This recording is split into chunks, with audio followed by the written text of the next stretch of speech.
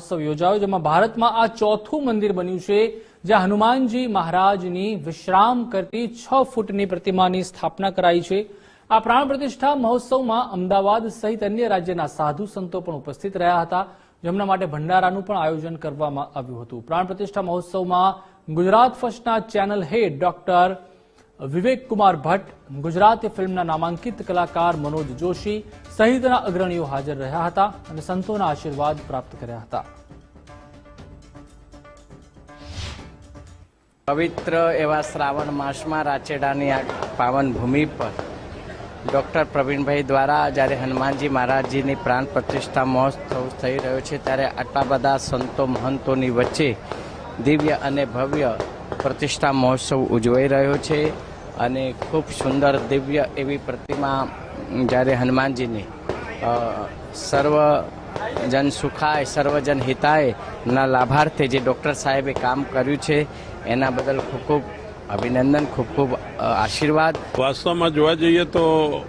આ તમામ વિસ્તારો મંદિરોની જગ્યા છે અને એમાં ડૉક્ટર પ્રવીણભાઈ દ્વારા મા જગદંબા ઉમિયા માતા હનુમાનજી આજે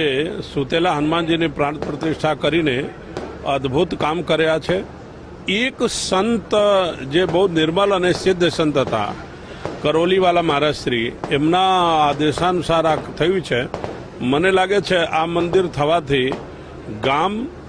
તાલુકો, જિલ્લો અને આપણું ગુજરાત ખૂબ સમૃદ્ધ બનશે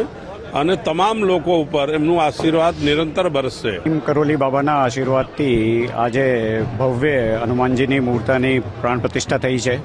આ મૂર્તિની ખાસિયત છે કે આ હિન્દુસ્તાનમાં ચોથું એવું દિવ્ય મંદિર છે જ્યાં હનુમાનજી વિશ્રામ અવસ્થામાં છે। આ મૂર્તિનું વજન અંદાજથી 2 ટન જેટલું છે અને 6 ફૂટ બાય 4 ફૂટની આ મૂર્તિ છે અને 2 મહિનામાં સિદ્ધપુરમાં ભાવેનભાઈ અને એમના કારીગરો દ્વારા મૂર્તિનું નિર્માણ કરાયેલું છે અને હિન્દુસ્તાનનું આ ચોથું મંદિર છે જ્યાં પર હનુમાનજી વિશ્રામ કરતા છે અને બાબા નીમ કરોલીના આશીર્વાદથી આ બધું થઈ રહ્યું છે। ડૉક્ટર ગર્ગ સાહેબને મહારાજ નીમ કરોલી બાબાજીએ એમને એક પરચો આપ્યો અને એમ સમજો કે એમને આદેશ જ થયો કે અહીંયા મંદિરનું સ્થાપના કરો અને ગર્ગ સાહેબે આ બીડું ઝડપ્યું અને એ પણ પોતે મહારાજ નીમકરોલી મહારાજજીના ભક્ત છે, અનન્ય ભક્ત છે